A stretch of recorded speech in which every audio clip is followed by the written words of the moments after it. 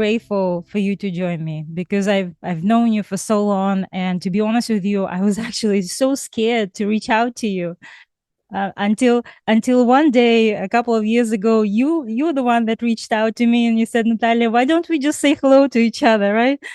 Oh, there was another step. I invited you to my baby shower after Oh that. yes, and that was a big one. That was a big one. I was so excited and nervous, but it was just amazing. Where we had a chance to actually meet each other in person, right?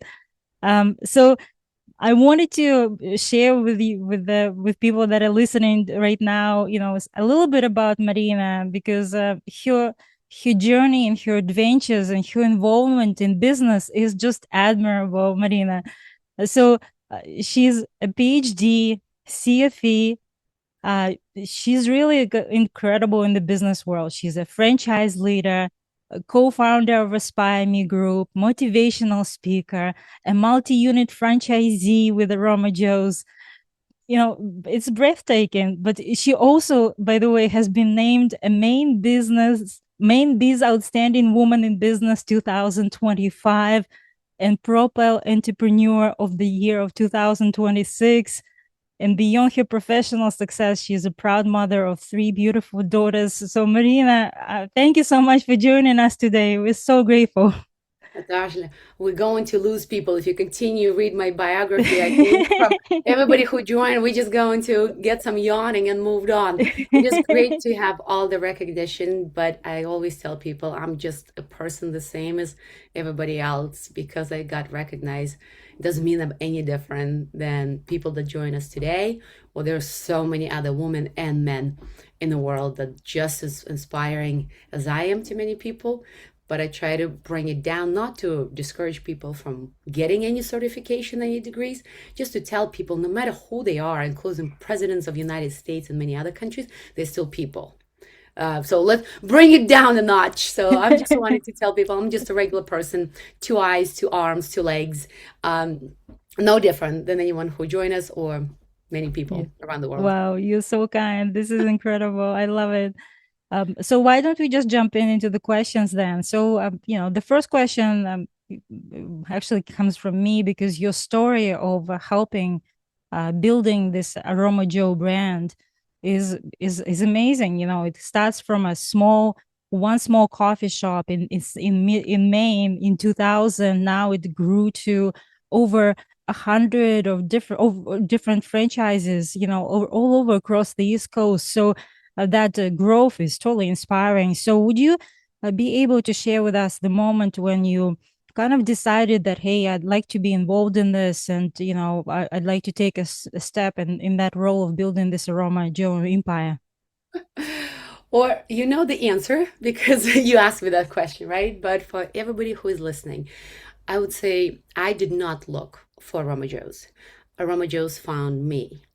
And the reason why I think it's found me because of my previous experience. I always joke about things like if you clean the toilet, do a great job. If you, as I used to work at Subway, if you make a sandwich, make a perfect sandwich. If you wash the dishes, do the best at it. So that's the concept that I've used. And then opportunities come your way, right? Nobody, including probably people on this call, have it all figured out. At 25, I'm opening a business. At 27, I'm going to run a multi-million dollar empire. I don't think we have it figured out.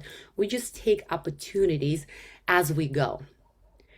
But when you are just a regular employee to a lot of other people, they do recognize you if you do a great job. So for me, Aroma Joe's opportunity came in when I was ready to move to New York City. I actually tried to escape twice. One time when I got my bachelor's degree, and one time when I got my master's degree. Both time I was giving my bosses notices that I'm leaving. One was 6 months, one was a year. And each time, or they would offer me a different opportunity, or as in the second case, Aroma Joe's franchising came in. And this was pretty simple. I know people do think it's amazing because they might not been in my situation. Mhm. But the end of the day was me giving my notice. At that time, my boss in Subway world, he was a development agent for the state of Maine, came back with the offer of he was getting involved in franchising Aroma Joe's coffee. Would I be interested in becoming a first franchisee? Anybody who attended MaineBiz event when I got my Woman of the Year award there, I've shared that story. I said no maybe 5 or 7 times. Wow. But by the end of the day, somehow I walked into the office. I don't think he offered me anything extra. I do think he offered me just to try it. An idea of, well, New York still be New York, even if you go there a year later. Just try it out. I agreed on that. I tried it. So here we are, 14 years later, still here in Elliott, Maine. That's where I live, not in New York City, but I don't regret a bit. It just was the path that I had to take. And for all of us, we have those stories and moments when we made a certain decision. As long as you made it, that's the biggest thing for me. Hmm. In finance, you talk about risk. At some point in time in life, you have to make it. And Right. I'll say this, saying yes to opportunities regretted 80% less than saying no. So if somebody offering you something and you say yes, you're already 80% in positive. And only 20% saying like probably yes to some inappropriate or illegal things might get you in that 20% overall. But taking a risk and just trying it out gives you an opportunity to Of grow. course. Wow, this is amazing. I love the story for sure. Um, I know that every time people something starting a new business or something new, there is a scare, of course, and that, definitely the growth requires some bold decisions, long-term vision. What gave you that confidence to continue to expand and grow and keep going? It's interesting. I thought about this question again today. So I gave you one answer, but I was driving back home and I thought about it again. And first of all, I'm the person that likes to not giving up. I believe I can make it. I used to say to myself years ago when I moved to the United States, I have me and we will make it. Meaning I can only count on myself and I know we can do it together. My inner self and outside self. But overall, I believe we all try to understand the risk. You, Natalia, doing it a much bigger level than me of understanding risk. For me, when it comes to risk, what am I going to lose? So, for example, the biggest thing in the United States and probably in other parts of the world is your house. When you buy a house, you want to make sure you're able to pay for it. Because when you get in default and the bank takes it, you're homeless, right? So Hmm. I usually weigh that option. Can I make payments? For how long I can make payments? That's usual number one.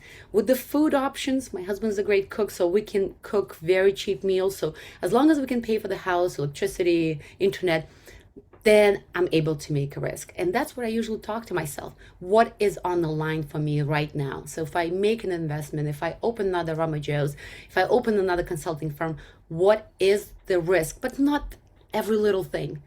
Do I really care if I buy an extra dress or not? No.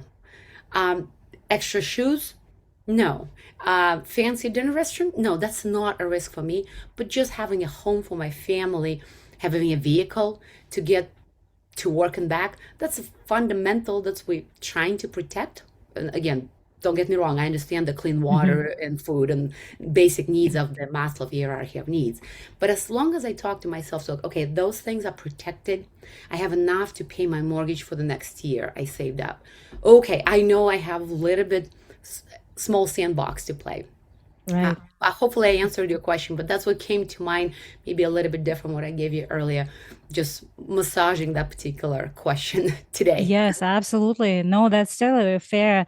The reason why I'm asking you that question is because, in my experience being in the financial world like 25 years, I found that a woman is so talented, incredible, able of doing a lot of things. But as it comes to like investing, finances, this is something they really feel very, very uncomfortable.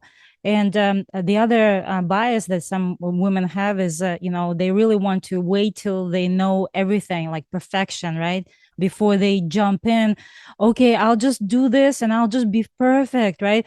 Just like, there was a study recently where, the people were curious why men have, get more raises than women. The question is the women don't ask for the raise because they wait for that perfect moment. So with you continuously to grow and inspire other people, women, I was just curious to see what what triggers you to, go beyond that, and saying, what, there is more to it. I'm able of doing this. So I think what you're sharing is very, very important for a lot of women in making any decision. It doesn't have to be finances.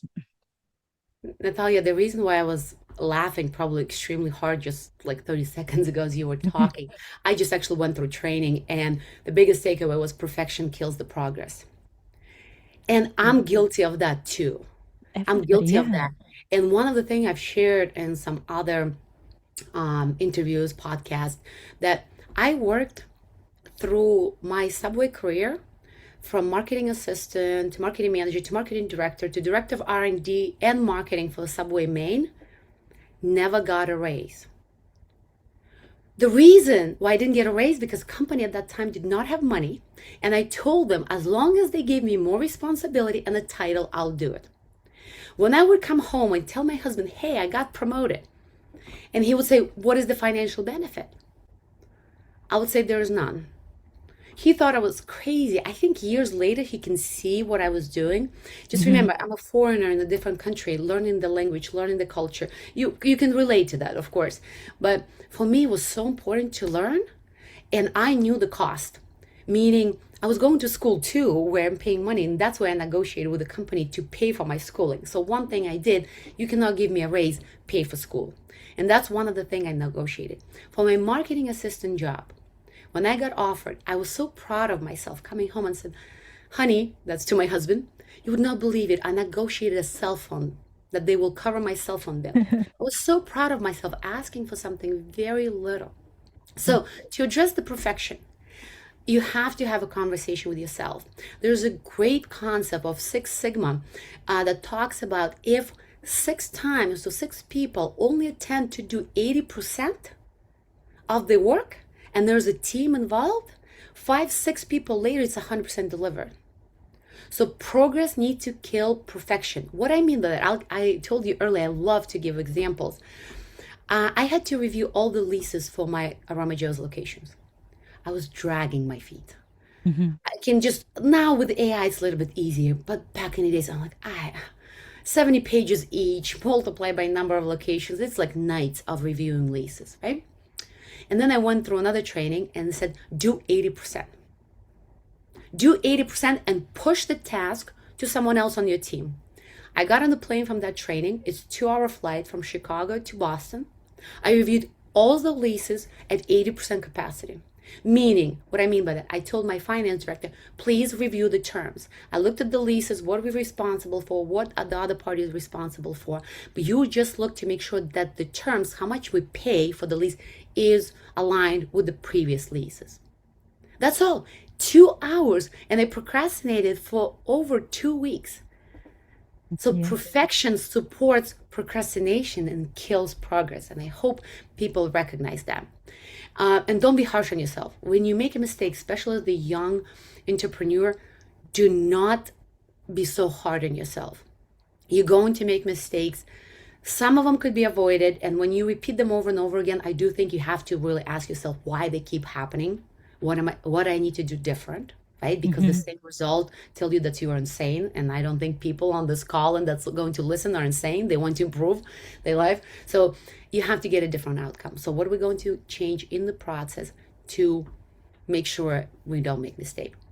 On the second part, from risk taking, I told you earlier that I'm just wired this way. Not everybody wired this way. I highly recommend to take any assessment for your personality assessment. There's so many of them, right? There's Print, there's Working Genius. My favorite is Kolbe, Kolbe. They don't pay me anything. I just like that's I understand that really well. So in Kolbe score, number 8, number 3 is my number score 8, tells you that I'm highly scored on risk taking and innovations, which I might drive some other people insane of how much I can take risk. When I did a risk assessment for financial investment, I scored like in the 89, 90% category, meaning if I had money and a lot of it, I'll be just gambling very heavily. Oh, this. This is so great, and the feedback is so incredible. Doing 80% is much better than worrying about doing something for months, for weeks. So I think your suggestion is totally great, and you also mentioned that education is important for you as well, right? You just continue to learn more about different things, and teaming up with other people, having a mentor. Do you have a mentor, or would you mind sharing a little bit about how you surround yourself with people that are as amazing as you are? Oh, I do have mentors, and I think that's probably one of the critical items for success. I've posted something on LinkedIn from one of my speeches. I believe it was Propel, a speech when I got Entrepreneur of the Year award, and I gave a couple categories of believing in yourself, not being a mashed potato and being boiled egg. If you read that post, you understand the theory of the boiling water. But the last one, or one of the last one, was having a mentor. And it is so critical. It could be your parents if you get along really well. It could be a coworker, whoever that is, they have to be in place. I don't think you can physically come up and say, "Can you be my mentor?" But you work with people and you give enough and you get enough that you start looking up to that person, right? So for me, my mentors was my previous boss, Lauren. He was the development agent for state of Maine for Subway. He is currently managing partner for Aroma Joe's brand overall. But I almost like clicked to him. Um, I don't want to call myself a mosquito any other.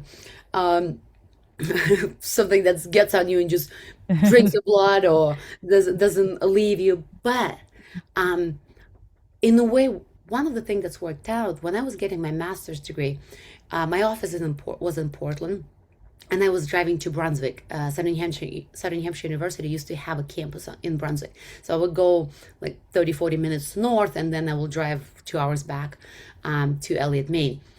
But I will be the last one in the office every day. And interesting enough, if anybody works in the office physically 5 days a week, you would see that's quite a few CEOs or big bosses are there. And usually they leave last, especially in the growing company. Yes, right now it's Monday through Friday at home. Things change. But at my time, he was there every day. And I had an opportunity when everybody else left to have a conversation one on one with the CEO, to tell you I was stressed about it and making sure that I didn't say something ridiculous or stupid is not to tell you enough. But over time, first of all, you start understanding how they think. Then they will share with you their opinion. Then magic thing happened to me. I might share. I know we're kind of getting a little bit off script in here, but I'll share. Um, One of the people that I worked at Subway headquarters, I even remember his name, we don't need to share. He asked me if I'm going to a conference, Subway conference, and I'm the first year marketing assistant. And I said, nobody asked me. So I assume no. He said, oh, why would you ask? So I remember prepping a whole speech of how I can bring back information from the Subway conference, how I'm going to coach other team members, deliver new material. So I'm walking into my boss's office, ready to give that whole spiel of why he should let me go to the conference. And you understand, it's as simple as them paying for the flights, for the hotel, some money for food, things like that. I walk into the office, he puts his glasses down. How can I help you, Maryna? I said, I've heard that there is a Subway conference that's happening, let's say in a month or two. And I'm ready to give the whole spiel, right? And he says, do you want to go? I said, absolutely. Okay, tell our office manager to book your flight and get you tickets. That was it. It was a simple, small ask. And after that, I went to every single conference. I didn't have to ask anybody. One time I went, I delivered. Delivered meaning bringing back information, sharing the knowledge with the rest of the team. So one little ask turned for me as 10 years with Subway. I knew 90% of people within Subway brand, and we're talking about 45,000 restaurants at that time. Was able to communicate many times with the CEO, Fred DeLuca, sit at the same table, host him in Maine. So one little ask changed the trajectory of life. So That's risk amazing. is must. Yes, absolutely, absolutely. And comparing this as well to like any area like finances or building companies, or even in my sports, in my figure skating, I always sometimes tell people that you cannot become a champion by yourself. And you really have to surround yourself and trust and build this group of people that can inspire and lift you as well, because you definitely sometimes cannot do things on your own. um Going back to finances, Maryna, I know that most of the women, try to, you know, be involved in finances, but they're really scared. But the history shows us that a woman's life expectancy is maybe 5, 6 years longer than men.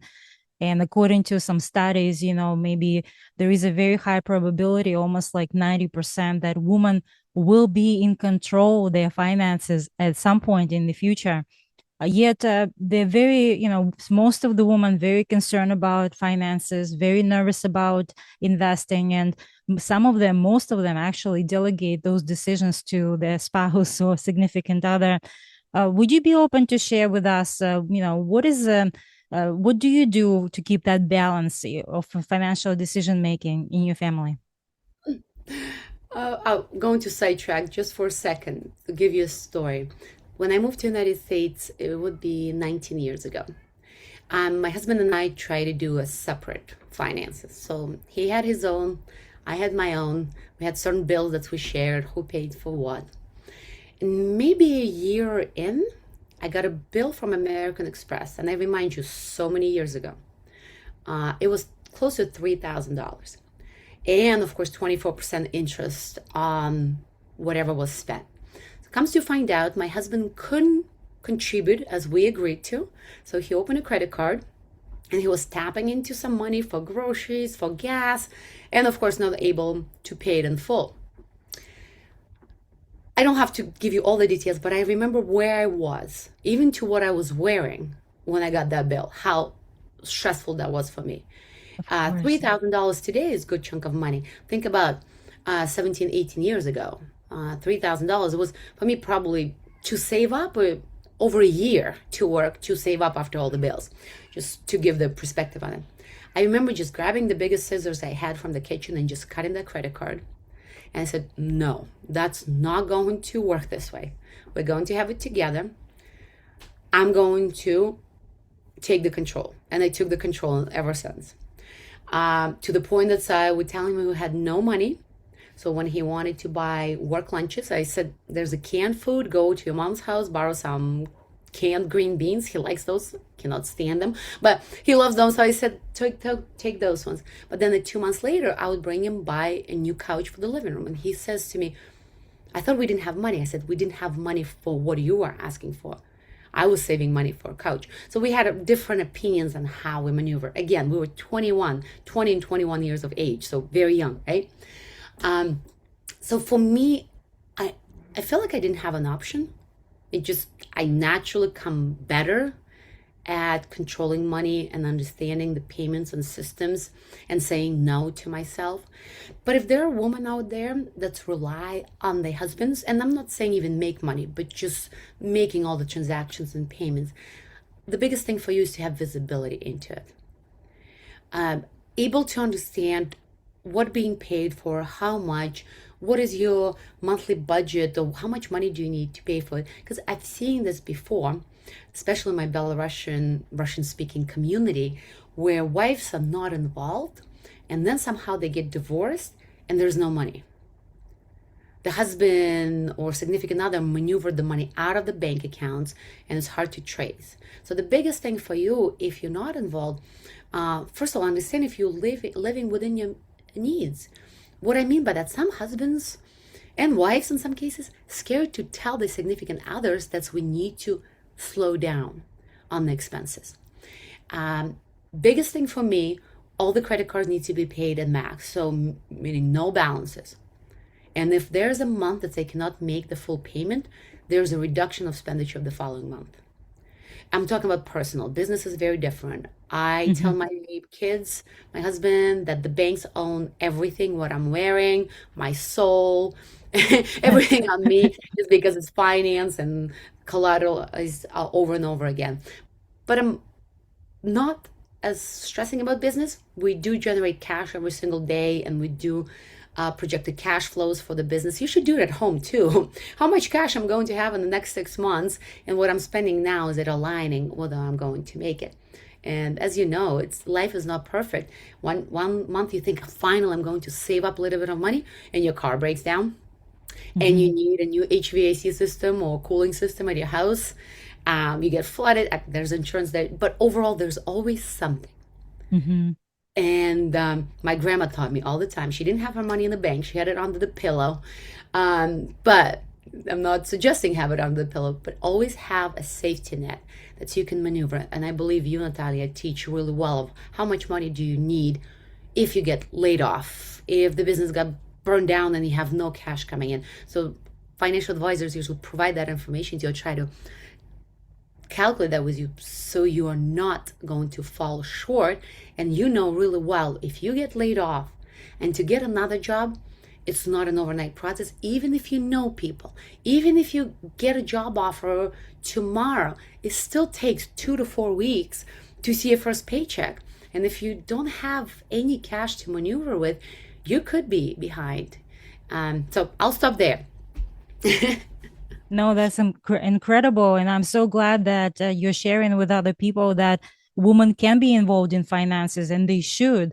And actually, one of the studies that was done a couple of years ago showed that women who are more involved in finances and envisioning their future, they tend to be more confident and happier in their life as well. And isn't that all we want, right? To be happy, healthy, and doing all these amazing things that we do, right, towards the future. Well, I would um just quickly share with you the study. I love to read Harvard Business Reviews and Emotional Intelligence magazines.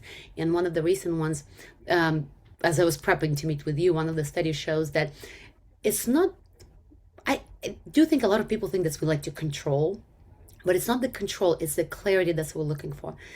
We got much better financial stability and the relationship with my husband when I was able to leverage the money to pay for our needs.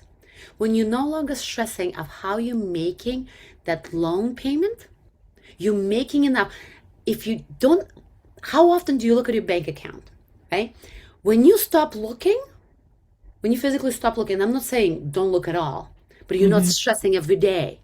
You mhm, know, you understand you're making enough to pay for your basic needs. And basic needs, please don't think that I'm only talking about water and fresh air. I always go to that, as I mentioned earlier, Maslow hierarchy of needs. Basic needs in our current life is internet. It is a basic need. And the exactly. house and the car, right? Mhm. Those I'm talking about basic needs. So when you understand your financial situation, first of all, you're confident because you can make it, right? Some woman would say to me, because my friends are women, I'm not sure if I can make it without my husband. I don't think she's saying it because he brings money and she doesn't work. She does work in many cases too. She just doesn't grasp the idea of the whole financial well being of the family. And when you don't, as a lot of females don't have that understanding, they don't have clarification of their life. We like to be confident and understand. When we don't, we start worrying. When I no longer stop worrying about how much my husband brings to the table, our relationship improved. Our marriage improved.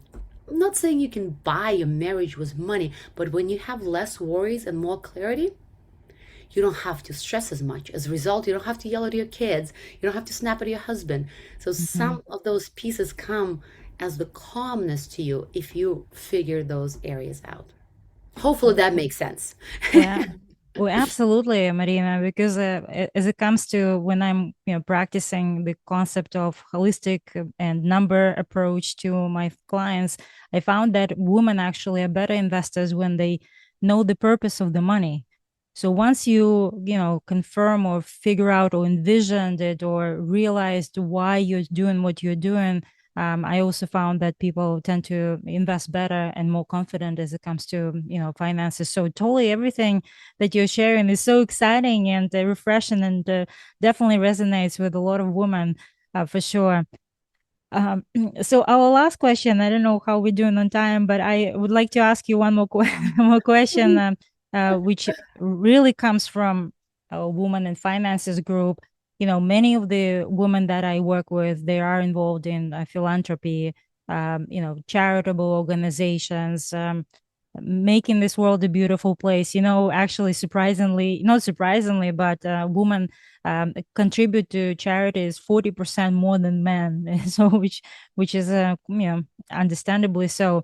But your commitment to our community, Maryna, is incredible. I was doing some research for you, and you were actually named a woman of impact for the American Heart Association Go Red for Women recent campaign. You also trying to co-founding Triple Net Care with your daughter, and so many other things you've shown. You're really showing the people what true leadership, purpose driven leadership should be all about.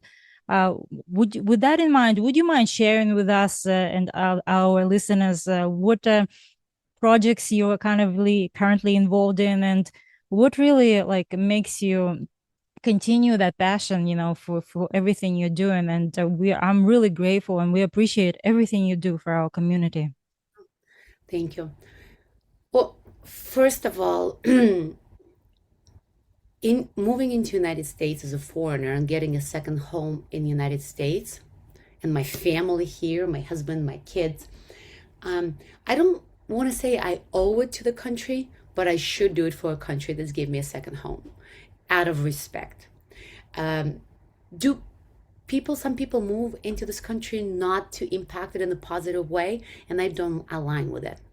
We're the immigrants. If we move, it doesn't matter in the United States or Ireland, Switzerland, no matter where you go, you should impact in a positive way because that country gives you a second home. That's just fundamental for me, and I stand for that. If country giving you a second home, you should give back 1,000% more. But you cannot do that when you haven't established yourself. And I've seen that before. I've seen super sick people that really need to take care of themselves, giving more than they can to other people. And I'll always say, you have to be strong, health wise, mentally, with your brain, to be able to give. So when I shared that with you earlier, first part of my life in here, I was investing in me. I was heavily driven into, with all my promotions with no pay, learn, learn, learn. Then you get into moments of your life when you say, okay, I've kind of made it to a certain point. I got my degrees, I got my kids, have a great husband. Let's say cut the credit card off many years ago, right? Time to give. But it doesn't come just like one cuts off to another. You can get involved through your life. I have heavily advocate for Rotary clubs. If you live Falmouth, Portland, Saco, every single local town has a Rotary club. I'm a high level supporter of the Rotary clubs. I just think they do amazing things for local communities and global. So if you don't have time as a young entrepreneur to do actual big fundraisers, just get involved and not just watch other people, how they do it. Just learn through the process, right? A lot of organizations like that, they don't ask you for a lot of commitment. Even that you're coming in some cases, and paying dues, that's already makes a positive impact on the community. So that's how I got involved in the Rotary Club. And I watched them over the years, amazing thing that they do in the communities, building local schools and improving food pantries in the community, and on and on and on. Then I got to the point when I had time to be a president of my own Rotary Club. So you can take more responsibility. Nobody's expecting from you to do everything. And you can actually, if you join the local organization, you can set the boundaries. If that's okay, I can only come on Saturday and do volunteering work. During the week, I'm working. And most of the organizations those days understand. They've diversed, they improved. So that's one big thing that I encourage everybody to find it. A lot of people tell me they don't have time. We talked about with you, Natalia, filling multiple buckets at the same time.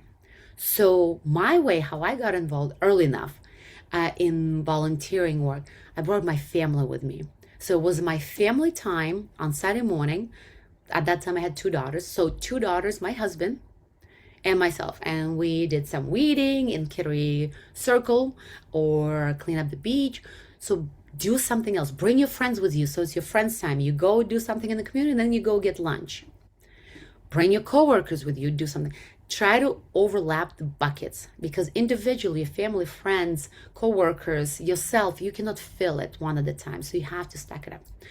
Um, I got passionate about some projects, just believe heavily in certain projects. With American Heart Association, my business partner lost his wife a year and a half ago due to heart related issues.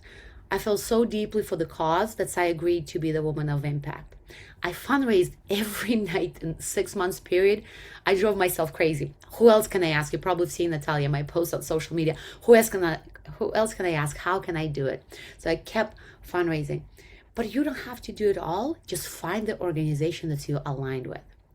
Because of my involvement early in life, I introduced my daughter, my oldest daughter, to Rotary, and she took her own path with the Rotary. So the only thing I did, I introduced her to, and then she actually overachieved me 10x, 20x. She built two schools in Peru, fundraised on her own at the age of 15. So that also was a way to show my daughter how to do things. Hopefully everybody understands the terminology of filling boxes or concept of filling buckets at the same time, but that's what I mean. You show the path. Currently, I'm working on a project in Honduras. Our farmers, coffee farmers for Aroma Joe's coffee, come from Honduras. I visited Honduras in February, early February, and they do need some help with fixing the water system. On the day that we were there, they didn't have water because the water that comes from the mountains, some of the pipes were broken. They have to share the same water supply with multiple villages, so they'll shut off the supply and rotate it. So this village gets it on Monday and this village gets it on Tuesday. It just, that's where the fund Mm. needs coming in of water and air. So we're going to work on fixing it. I've already hired a company that did the whole study of the water supply. It's 14 kilometers long. The supply, rebuilding it will cost us around $45,000 with all the filters and latrines that we want to build. Will be around $110,000, $120,000, and I have no doubt we'll fundraise it. I have no doubts. Don't know how yet, but that's the confidence, right? I know the system. I know that we will be able, between Aroma Joe's franchisees, between my daughter's work with local Rotary clubs, between Rotary International, hoping to get some corporate sponsors, maybe some water supplies that we have in the state of Maine, like Poland Springs. Haven't contacted them yet, but they're on my list, just to get combination of business owners, nonprofits, for Mhm. profits, all working together. And the sky's the limit. You honestly, if you have a passion, you can figure it out. And I can help if anybody needs just to run an idea by me how they can execute it. I'm very good at solving other people's problem. I'm a little bit less good at solving my own. Well, I don't think you're giving yourself enough credit. And I wanted to share with our listeners that your actually oldest daughter just won the Maine Volunteer of the Year award. And Very that's proud. admirable. That's so Very proud. admirable, Maryna, that you're passing your passion or whatever you're doing to your generation next. And that's really cool. Well, we only can be better if our kids are better. If you It's don't true. have kids, impact your local community, impact neighbors' kids, your cousin, nephews. Um, it just overall the impact. And let's stop blaming the new generation for all the failures that they're going to do. I've shared with someone on the screen when I did one of my public speaking engagement, there was a phrase, the next generation is going to kill us. And I said, who do you think said that? And the audience, baby boomers, definitely complaining about millennials. It was 1400s. So my point is, we always have an older generation blaming the newer generation. So let's put that aside. They're going to be wonderful. They'll figure out. We just need to give them an example. You cannot tell them what to do. There's no way I can tell my daughter what to do, but I can show her some tricks and tips on how to do it and leave it up to her. That's incredible. That's incredible. I'm so grateful for our conversation. It was just so amazing. Um, as we are going to wrap up, there was one question from our group, from our listeners, and it it's not related to finances, but the question is, you're going to like it. I don't know. Let's go. How do you deal with friendship on the workplace? I don't hire my friends. Um, Personally, if I have a friend who I'm very close, I don't even go in the business with my friends. People that say became friends through business, I keep. Like, Mm-hmm. for example, I have two business partners. I consider them my friends. I told you, American dad, American grandpa. I consider them part of my family, but I build that through working with them. My closest executive team, I would do honestly anything for them to make sure that they're safe and happy and healthy. But I would not be partying with them until 2 o'clock at night and dancing on the table if that takes. I actually have recent example. One of my directors hired a friend to do some leadership role, and when it doesn't work out, it breaks not just the work relationship, but also personal relationship. It just gives a side effect. So I'm not for it personally. I'm pretty close with few of my executive people, but I don't cross the line. And especially when I have to have a hard conversation, when something is not working out, people forget that I'm just talking as a boss or as a leader. Mm-hmm. Marina, what are you talking about? We are friends. We've been friends for 15 years, but that's not the hat that I'm wearing right now. So for me personally, it is a separation. Just for my in my head. Maybe for other people, best friends work. But I'll give one great advice. I've just heard it and I found it fascinating. If you want to get in a partnership with someone, I think it's a pretty awesome idea. If you want to get in a partnership with someone, that's big deal, right? Maybe hire a big executive for your company. You go on a road trip with them for a week. In the same car, you're driving, you might stay in a different hotel room as the American culture kind of doesn't look really like aligned with the same room, but you travel together or you get Airbnb together with as both families. You Right. can pick up on a lot of things during that week that you would not pick up, and then you can make your decision, which I thought it was pretty unique. So if I ever get a new partner, I'm taking them on the road trip. You're going for a world trip on the road trip for a week. Fair And the enough. company expense, right? Write it off. Of course you have to. That's right. That's right. Wonderful. Well, Marina, I really want to thank you for joining our discussion today. It was so amazing, and I hope we inspire and help other women to be as amazing as you are. Thank you so much for joining our discussion, and I'm looking forward to keeping in touch, and hopefully you'll be able to join us some other time as well. Thank you very much for inviting me, and you as inspiring as me. I'm not undermining myself. I'm just saying we're all unique, and I really, really hope that every woman and every man understands it. Wonderful. So